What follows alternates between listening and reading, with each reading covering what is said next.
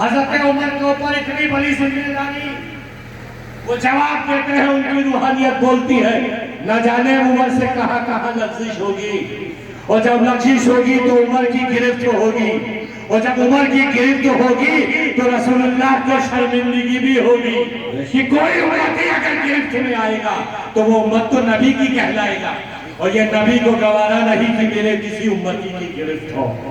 تو عمر نے کہا کہ میں ثواب اس لیے اکٹھا کر رہا ہوں، مجھے معلوم ہے میں جنتی ہوں، لیکن جتنا زیادہ ثواب ہوگا اتنا ہی اچھا میں جنتی ہوں گا۔ مطلب یہ ہے کہ جنت تو ملے گی لیکن ہوں گا کہاں؟ بہت بڑی جنت ہے، اور عمر کی خواہش یہ ہے کہ حضور کے قدموں میں ہی رہوں، تو جہاں حضور ہوں گے وہی عمر بھی ہو، اس لیے میں نے اکیلوں کو جمع کہ جتنی عمر کے عرص میں کیا ہوگی اتنا ہی رسول سے قربت ہوگی۔ سبحان اللہ، سبحان اللہ۔ جمع کیا جاتا ہے، اسی لیے غوث اعظم نے 1 سال پانی پر گزار دیا، 1 سال پتے پر گزار دیا، 1 سال صرف ہوا پہ گزار دیا، کہ اللہ اپنے ولیوں کو کھلاتا بھی ہے، پلاتا بھی ہے، اور زندہ بھی رکھتا ہے، اور ہر ڈر خوف سے۔ تو ہمارے غوث اعظم صورت میں بھی نبی سے وابستگی اور سیرت میں بھی نبی سے وابستگی، حضور میں بھی بہت فاتح کیے ہیں۔ حضور کی اولاد اگر فاقر اگر نہ کرے تو کیسی اولاد ہے؟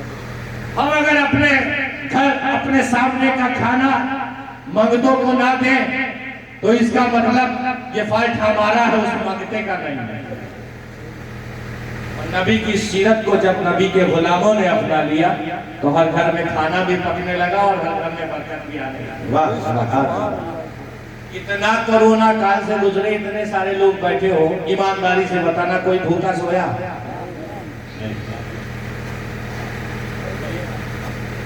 جھوٹ مت بولنا، غوث پاک کی محفل میں ہو کوئی ایک کھڑا ہو کے کہے کہ میں بھوکا سویا، نہیں سوئے گا؟ کہیں نہ کہیں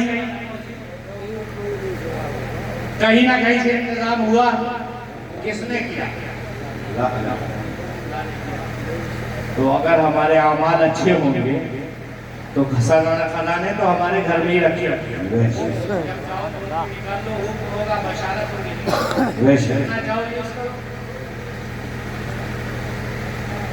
بس نیک عمل کی ضرورت ہے، اسی کو غوث پاک نے کہا کہ میرے دامن سے میری سیرت سے وابستہ ہو جاؤ، میرے چاہنے والوں سے قریب ہو جاؤ۔ تو حضرت عمر کا یہ فعل یہ بتاتا ہے کہ نبی سے کس طرح کی محبت تھی، کیونکہ حضرت عباس جو تھے وہ نبی سے نسبت رکھتے تھے، نبی صلی اللہ علیہ وسلم سے خونی رشتہ تھا، اس رشتے کو ملحوظ رکھنے کے لیے اور تمام اپنے بعد والوں کو سمجھانے کے لیے حضرت عمر نے ایسا کیا کہ رشتے کو کبھی نظر انداز نہیں کرنا چاہیے، وہ نبی سے رشتہ ہو یا باپ بیٹے کا رشتہ ہو یا دادا پوتے کا رشتہ ہو، رشتے کو آپ دولت کے سامنے مت لائیے، جی رشتہ اللہ کی جانب سے بنتا ہے تو اس کی امپورٹنس ہوتی ہے، جو اللہ نے دیا ہے آپ کو اس کی آپ کو ضرورت ہے، جو اللہ کی جانب سے ملا، باپ بیٹے کا رشتہ یہ اللہ کی جانب سے ہے، ماموں خالہ پھوپھی چچی کا رشتہ یہ اللہ کی جانب سے ہے، یہ بندوں کا بنایا ہوا نہیں ہے۔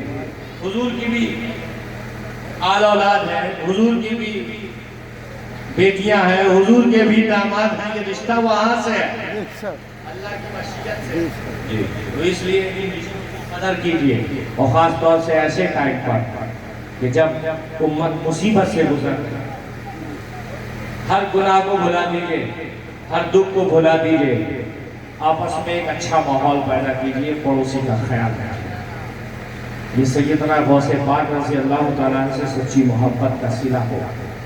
اگر آپ حضور سیدنا غوث پاک سے محبت کرتے ہیں، ان کی آل اولاد سے سلسلے سے محبت کرتے ہیں، تو ضروری ہے کہ آپ کا پڑوسی آپ کی نالج میں اگر بھوکا ہے تو اس کو کھانا ملنا چاہیے، یہ سبحان اللہ، ضروری ہے آپ کے لیے۔ وہ کیسے بھی آپ پہنچائیں، وہ کتنا ہی بڑا دشمن کیوں نہ ہو. حتیٰ کہ حضور نے فرمایا کہ اگر تمہارا پڑوسی کافر بھی ہے اور اگر وہ بھوکا سو گیا تو اس کا حساب ہوگا. پڑوسی کا اتنا بڑا مرتبہ ہے کہ کافر بھی اگر تمہارا کوئی پڑوسی ہو بھوکا سو رہا ہے تو اس کا حساب ہوگا. تو اس لیے اس کو بھی کھانا کھلانا یہ ہمارا بھی فرض ہے. اور نہ جانے کتنے کافروں نے ایسے کلمہ پڑھا ہے. اس افعال سے متاثر ہو کر، اس اخلاق سے متاثر ہو کر سینکڑوں لوگوں نے کلمہ پڑھا. حضرت سیدنا خواجہ غریب نواز کے ہاتھ پر جو اتنے سارے 90 لاکھ کی تاریخ میں آتا ہے مسلمان ہوئے، وہ یوں ہی ہو گئے تھے کیا؟ کون سی دولت لے کر آئے تھے؟ اخلاق کی بنیاد پر، عمل کی بنیاد پر، سیرت کی بنیاد پر اور صورت کی بنیاد.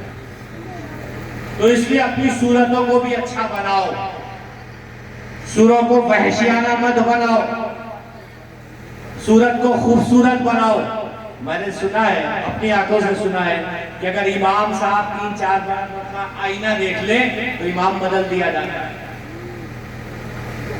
کیا سوچ ہے صاحب؟ کمال کی بات ہے. ارے امام کے دل نہیں ہے کیا؟ ہمارے دل نہیں ہے، ہم انسان نہیں ہے کیا؟ ہمارے بیوی بچے نہیں ہیں کیا؟ یہ کون سی بات ہے؟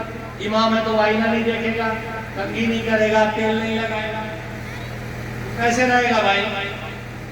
وہ سب کچھ کرے گا شریعت کے دائرے میں رہے گا. اب آپ آج نام کے آئینے کو بھی دیکھ رہے ہو، صابن نہیں یوز کر سکتا، وہ کریم نہیں لگا سکتا. کیوں نہیں لگائے گا بھائی؟ کریم لگانا حرام ہے. جہاں جس چیز کی ضرورت ہے وہ استعمال کرے گا. آپ ان باتوں پر قطعی مت جائیے. اپنے چہروں کو سجائیے، رونق والا بنائیے، داڑھی کو سجائیے. وحشیانہ داڑھی اتنی مت بڑھا لیے سادہ کہ صاحب داڑھی کا حکم ہے، اس کو سیٹ کر دیا. چہرے کو خوبصورت، مرد ہو یا عورت، اس کو جب کوئی دیکھے تو کہے ہاں یہ مسلمان ہے، نبی کا امتی ہے. وہ آپ کی طرف کھنچتا چلا ہے، اس کے اندر ایسی کشش پیدا ہو جائے کہ وہ لا الہ الا اللہ محمد رسول اللہ. سبحان اللہ. غوث اعظم کے لباس کی اگر بات کروں تو آج کے دور میں بادشاہ بھی ایسا لباس نہیں پہنے گا. بے شک اس دور میں 10 لاکھ کا لباس پہنتے ہیں. بے شک سبحان اللہ. اس دور میں 10 لاکھ کا لباس پہن کے بولتے تھے. سبحان اللہ. تو اس کی کیا بات ہے؟ اتنے بڑے ولی اور آپ کہتے ہیں آئینہ نہ دیکھو. آئینہ دیکھنے سے ایمان چلا جائے گا کیا؟ اگر امام صاحب مسجد سے باہر نکل کے روڈ پہ کھڑے ہو گئے تو امام بدل دیا جائے گا. کیوں؟ یہ نہیں ہے کھڑے ہونے کی ضرورت کیا ہے؟ کوئی بات نہیں. ارے وہ نہیں کھڑے ہو، آپ کھڑے ہو تو جائز ہے، امام کھڑا ہو کر ناجائز ہے. اتنی اچھی نماز پڑھنے والے ہو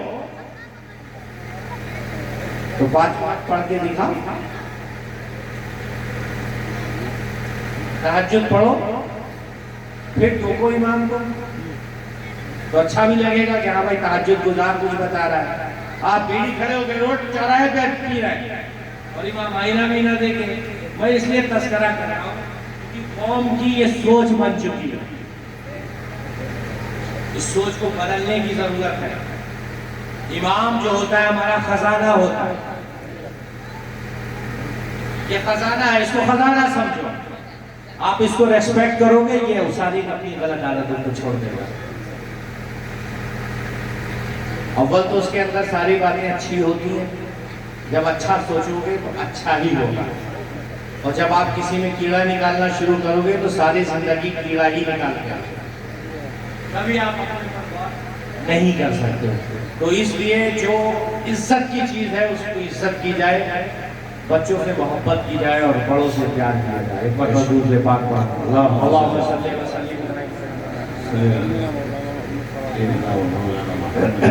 وسلم صلو علیہ وسلم.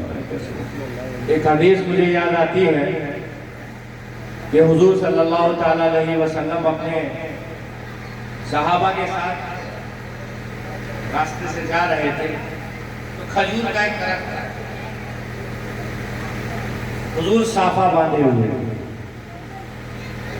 وہ کھجور کی ایک ٹہنی راستے پر ایسے چھٹی ہوئی تھی اور حضور ایسے گئے، وہ ٹہنی چھٹی ہوئی تھی، وہ سافے میں ملے، سرکار 2 قدم پیچھے آئے، سافے